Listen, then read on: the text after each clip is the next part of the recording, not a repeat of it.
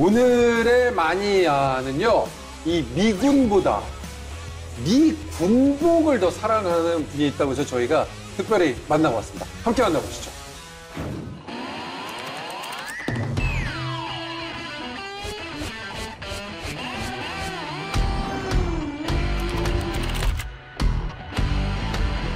뭐예요? 뭐야? 뉴욕 패션쇼예요?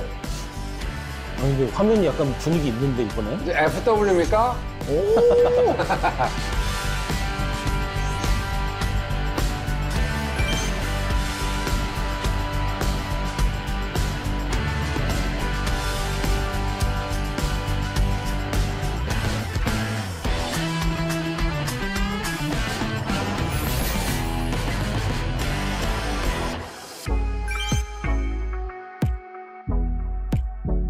이게 뭐죠? 집에, 야, 이거는 군복인데. 행정복관님이 나오셔야 될 것 같은데? 이게 군복인데. 와, 많다. 근데 다 다르네. 잠깐만, 이게 행거가 저렇게 많은데 다 걸려있네. 그냥 군복이 아닌가 봐요? 총도 있네. 저 뭐야, 총이야? 제 이름은 박유상이라고 하고요. 1인 출판사의 편집장이자 대표로 활동하고 있습니다. 밀리터리 그 중에서도 단독군장이나 군복과 같은 이제 개인 장구류에 주목한 작업을 전개하고 있습니다. 아, 1인 출판사를 또 운영하시는. 밀리터리에 관련된 다양한 독립 서적들을 제작하고 있고요.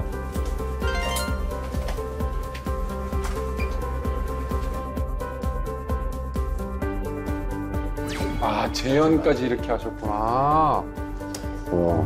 저 같은 경우는 이제 개별 항목만을 수집하는 게 아니라 재현이라는 목적을 가지고 수집을 하고 있기 때문에 각각의 수집품들이 하나의 재현, 즉 머리끝부터 발끝까지, 그리고 의복부터 장비, 자잘한 액세서리까지 포함하는 컬렉션을 이루고 있기 때문에요. 수천 점 이상은 수집하고 있지 않나 추측을 해보고 있습니다. 수천 점이요? 처음에는 그냥 단순히 장비가 좋아서 수집을 했던 건데요. 이제 지금에 와서는 역사 속의 특정 장면을 캐치해내서 특정 장면 속의 모습을 현대의 실물로 재현해내는 데에서 뭔가 재미를 느끼고 만족을 느끼게 된 것 같습니다. 야, 이야. 재현을 좋아하시는구나.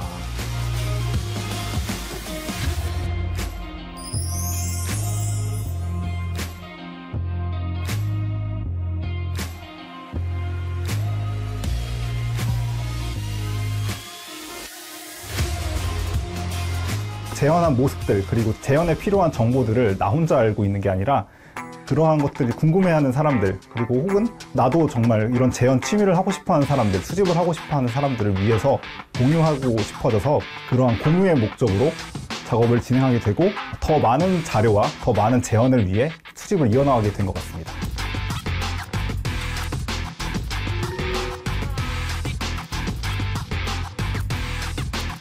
한국에서 사실 군복을 수집하게 되면서 가장 먼저 접하게 되는 것이 이제 주한미군의 장비를 중심으로 하는 미군 장비였기 때문에 거기서부터 시작을 하게 된 게 아마 가장 큰 계기였을 것 같고요. 실용적인.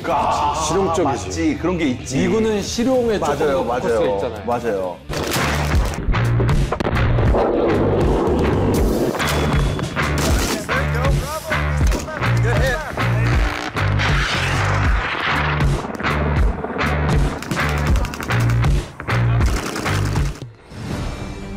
현대 미군의 역사를 다루려고 하고 있어서요.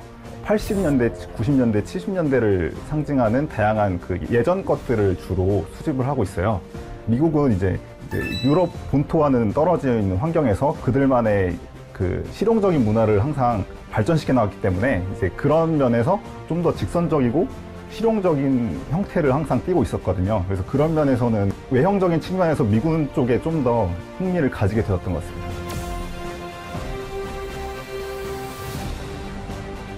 미군 같은 경우는 이제 워낙 규모가 방대하고 그러니까 전 세계에 주둔하는 미군이다 보니 가장 구하기도 쉽고 워낙 규모가 큰 데다가 이제 현대 내내 다양한 사건에 개입을 해왔기 때문에 독일군처럼 이제 2차 세계대전 이후에 뭐 맥락이 끊긴다거나 이런 식의 변곡점 없이 그냥 전 시대를 아우르는 매니아층이 항상 존재해왔고 꽤 규모가 있어왔기 때문에 그런 식으로 이제 시장이 유지가 되면서 콜렉팅하기도 훨씬 유리한 환경이 된 것 같습니다.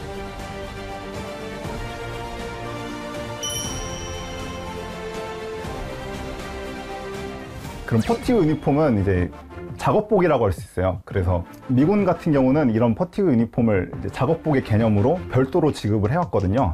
우리가 알고 있는 근무복 아, 근무복. 그것도 퍼티그에 들어가고요. 또 난닝구라고 우리가 얘기하잖아요. 네. 그 속에 입는 면티도 퍼티그의 일종으로. 민소매 셔츠.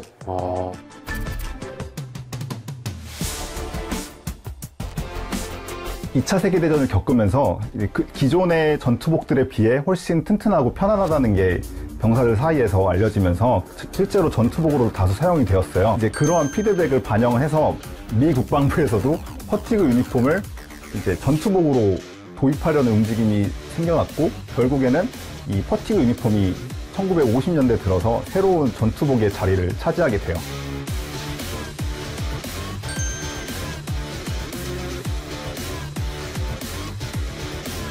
이런 옷은 권재관 형님이 좋아하는 옷 스타일인데? 저요? 형 퍼티그 옷 좋아하네요. 저런 옷 많잖아요. 지금 약간 우리가 입은 퍼티그 옷 같은데?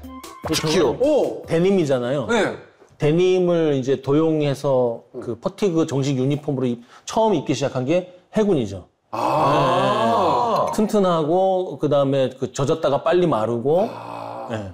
미육군 퍼티그 유니폼 중에 초기 모델로 퍼티그 유니폼을 이제 도입하게 될 때는 최초에는 캔버스 원단을 사용을 했어요. 근데 이게 너무 두껍고 뻣뻣해서 의복으로 입기는 그다지 적합하진 않았기 때문에 이후에 1900년대 초반에 이런 당시의 작업복으로 많이 사용되던 데님 소재를 도입을 하게 되었고 그 데님 소재를 사용해서 제작된 퍼티그 유니폼들이에요.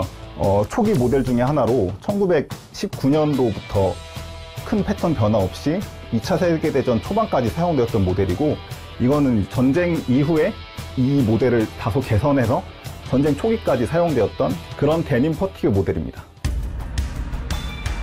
이제 전쟁이 시작되면서 이제 좀 더 효율적인 전투복을 도입하기 위해서 여러 연구가 있었는데 그 와중에 이제 퍼티그 유니폼도 좀 더 현대화된 미군을 위해 새로운 퍼티그 유니폼을 도입하게 돼요. 그래서 원단도 기존의 블루 데님에서 이제 올리브 드랍 색상이 염색된 HPT 원단을 도입하게 돼요. 이 다음은 HPT 퍼티그 유니폼이 전투복으로 도입되게 된 이후 그에 맞춰서 새로운 유니폼을 1950년대에 도입하게 되는데 그게 바로 보통 저희가 OG107이라고 알고 있는 이 유틸리티 유니폼이에요. 그래서 원단을 HPT 원단에서 OG107 색상 염색된 8.5온즈 백세틴 원단으로 제작을 한 전투복인데 여전히 퍼티그 유니폼이 하던 기존의 임무들을 이어받아서 사용을 하게 됐고요. 이 유니폼 같은 경우는 1980년대까지 사용되었습니다. 어떻게 보면 이 군복의 발전을 가장 많이 갖고 있는 것도 미군이겠네요.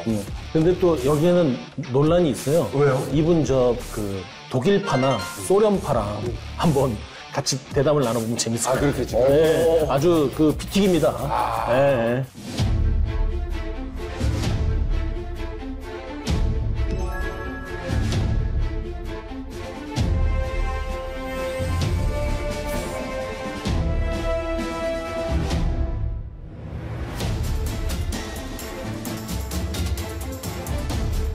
이것도 제가 좋아하는 헬멧인데 이거는 이제 보통 이런 헬멧 하면은 이제 영국군을 생각하잖아요. 근데 이거는 영국군 헬멧은 아니고 미군의 20세기 초기의 헬멧인데 M1917A1이라고 하는 헬멧이에요. 그래서 1차 대전 당시 미군이 참전을 했을 때 철모가 부족해서 영국군의 헬멧을 라이센스해서 사용을 했었거든요. 이 1차 대전 당시에 철모다 보니까 이게 노후화되어 가지고 그걸 개선하기 위해서 1930년경에 내부 서스펜션을 개량을 한 1917A1 헬멧이 등장하게 돼요. 그래서 그 헬멧이 바로 이 헬멧이고요. 지금 저 약간 비행 접시처럼 생겼잖아요. 네. 근데 우리들 많이 못 봤죠? 네. 되게 귀합니다. 왜냐면 저거를 저 방탄복. 그렇죠. 저거를 조금만 손대면 바로 그 다음 모델로 개량할 수 있잖아요. 고칠 수 있잖아요. 네. 그래서 반납한 다음에 다시 다 고쳐서 받았어요. 그래서 저 형태가 안 남아 있는 거예요. 당시 미군의 규모가 워낙에 작았기 때문에 생산 수량이 그렇게 많지 않고 현대까지 남아있는 물량이 비교적 적기 때문에 가격대가 오히려 다소 고가인 부분이 있습니다.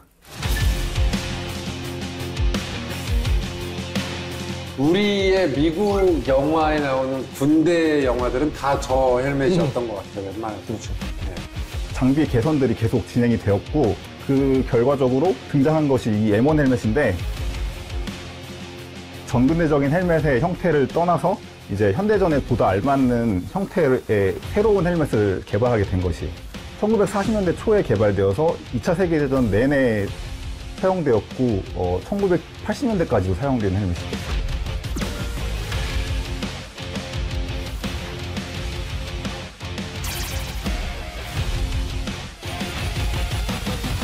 이 헬멧 같은 경우는 프랑스 갈레사에서 제작한 스펙트라 헬멧인데 현재까지도 미 육군이 사용하고 있는 ACH 헬멧의 원료가 되는 헬멧이에요. 그래서 2000년 초반에 등장해서 이제 미군이 이 헬멧을 기반으로 한 신형 헬멧을 도입하게 되고 그것이 이제 현재 ACH까지 이어지게 되는 그 원조라고 할 수 있는 헬멧이거든요. 유럽 특수부대뿐 아니라 미군 특수부대도 2000년대 초반까지도 사용하는 모습이 확인되어서 이제 그런 맥락에서 저는 수집을 하게 되었어요. 귀를 덮잖아요. 네. 저기 맞죠? 이제 전원 분석을 해보니까 네. 후두부나 축두부에 의한 그 타격에 의한 사망이 많다는 게 확인이 돼서 뒤쪽을 좀 더 보강한 거죠.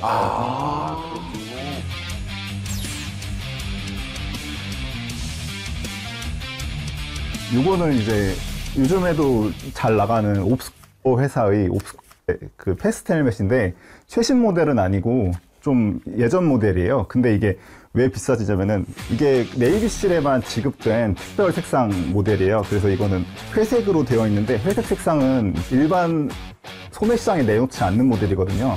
현재도 콜렉터들 사이에서 가격대가 상당히 높거든요. 그래서 이것도 아마 이베이에서 현재 700에서 1000달러 정도 할 거예요. 100만 원 넘네요. 130만 원? 네. 100만 원에서 130만 원. 어쨌든 실용적인 걸 만들기 위해서 그만큼 기술이 뛰어나야 된다는 거잖아요. 그렇죠. 기술이 뛰어나지 않으면 이 실용적인 거 만들 수가 없어요. 근데 맞아요. 정말 많은 기술을 가지고 있는 게 바로 미군이었습니다. 진짜. 와. 수집의 목표가 재현이다 보니 좀 더 재현에 적합한 장비들을 우선적으로 수집을 하고 있어요. 예를 들면 다른 수집가분들은 상태가 더 좋거나 아니면은 뭐 스탬프나 라벨이 남아있는 그런 장비를 선호하신다고 하면은 저는 최대한 당시에 실제 사용된 것 같은 느낌을 내길 원하거든요.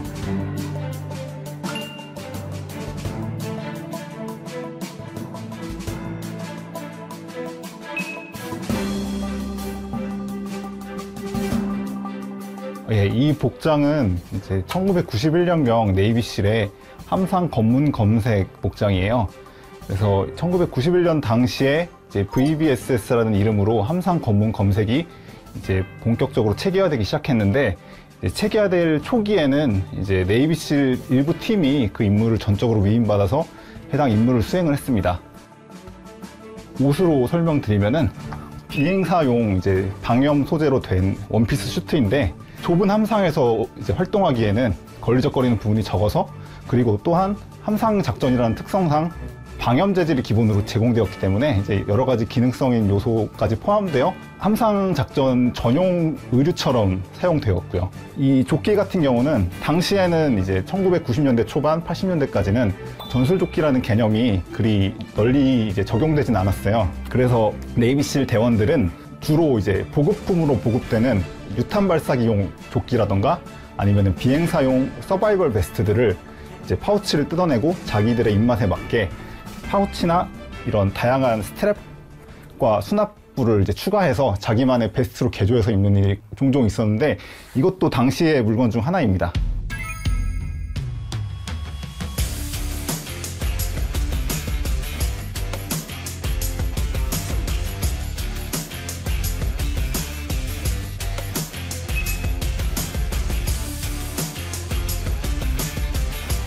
그게 저거 그거 아니야? 야간 투시경, 야간 투시경.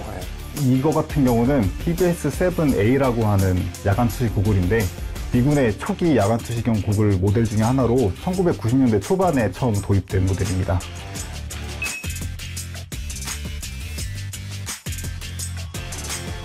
이거 같은 경우는 이제 특유의 형태가 주는 위압감이 있고 그 외에도 그러한 형태적 특성을 살려서 다양한 매체와 미디어에서 다양하게 활용이 되었기 때문에 대중적으로 아마 상당히 인지도가 있는 모델이라고 생각을 해요. 예를 들면은 가장 유명한 것이 영화 고스트버스터즈에서 사용이 되어서 이제 심지어 이제 고스트버스터즈 코스플레이어들이 실제 야간 투시경을 가져다가 영화 소품으로 개조해버리는 일도 상당히 예전에는 많았습니다. 그래, 이거 총도 총이 왜 저렇게 많아? 그런 것도 신기해요.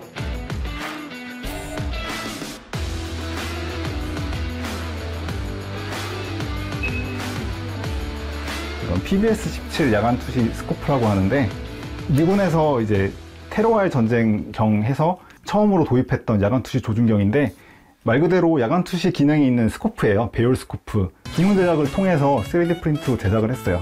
저도 이제 따로 후 가공을 한 번 더 거쳤기 때문에 실물과 상당히 흡사한 모습으로 완성이 되어서 매우 만족하고 있고, 그 외에도 제가 사실 이 스코프를 항상 가지고 싶었거든요. 왜냐하면은 드라마 제네레이션 킬에서 그 주인공과 그 주인공 주변 인물들이 이 스코프를 달고 나오거든요.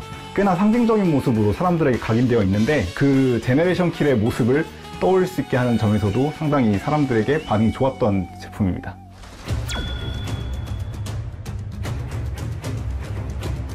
(1957년) 미국 아칸소 주의 작은 도시 리틀록에 군인이 투입됩니다. 그 당시 미국은 흑인과 백인이 다른 학교에 다녀야 했습니다. 하지만 대법원이 모든 아이들은 같은 학교에 다닐 권리가 있다고 판결했죠. 이때 9명의 흑인 학생들이 백인 학교인 센트럴 고등학교에 입학하려 했습니다. 하지만 분노한 백인 군중들이 그들을 막아섰습니다. 상황이 심각해지자 아이젠하워 대통령은 군인 1200명을 보내 흑인 아이들을 보호했습니다. 덕분에 9명의 흑인 아이들은 학교에 들어갈 수 있었습니다. 이 학생들은 리틀록 9으로 알려졌으며 이 사건은 미국 민권운동 역사에서 중요한 전환점이 되었습니다. 네, 이 마네킹은 1957년 보통 리틀록 위기라고 부르는 사건에 투입되었던 101 공수사단 소속 병력의 모습을 재현한 거예요. 1950년대 당시에 미군의 전형적인 복장이라고 볼 수 있어요. 1950년대라고 하면은 큰 전쟁이 한국전쟁 이후로는 없었기도 하고 대부분이 유럽과 본토에서 냉전을 겪고 있던 시기이기 때문에 미디어에서 이제 노출되는 모습이 크게 많지 않았는데요. 상의는 이제 흔히 퍼티그 유니폼 중에 하나로 전투복으로 이제 새롭게 도입된 유틸리티 유니폼 상의를 착용하고 있고, 하의는 1950년대 한국전쟁을 계기로 새롭게 도입된 개량형 필드 유니폼인 M1951 필드 팬츠를 착용하고 있어요. 어떻게 보면 카고 바지가 저 때부터 나온 거예요. 네. 그러니까 전쟁을 하고 전쟁을 안 하고 이때마다 관측되는 변화 중에 하나는 바지통이 넓어졌다 줄어졌다, 넓어졌다 줄어졌다.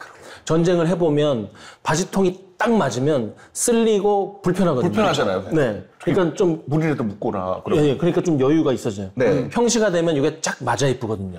줄어듭니다. 근데 지금 보면 M1951은 좀 늘어났잖아요. 그렇죠. 전쟁을 해보니까 그렇지. 딱 맞으면 너무 불편한 거죠. 그렇죠. 그래서 늘어난 겁니다. 101 공수사단은 여전히 낙하산 공수부대였기 때문에 이러한 카고 바지를 착용함으로써 기능성을 강화했으며 공수부대의 전통에도 맞는 활용이라고 할 수 있죠. 여기서 보시듯이 M1 게런드 소총에 이 신형이라고 할 수 있는 M5 대검을 착검하고 있는데, 이 대검에는 이제 시위 진압 목적도 있었기 때문에 시민들을 다치지 않게 하기 위해 이런 식으로 대검집을 씌운 채로 사용하기도 했습니다. 저는 군복을 어떤 역사적 의미나 이런 것 때문에 모으기보다는 그 군복 자체가 가지고 있고 군복과 그 군 장비가 가지고 있는 외형적 특성에서 가장 매력을 느끼거든요. 그러니까 예를 들면은 군복에 다양한 주머니가 달려 있잖아요. 그러니까 주머니가 달려 있고 군장을 입었을 때 다양한 주머니들이 온몸에 둘러지는 모습, 그런 실용적인 그런 모습들이 좋았거든요.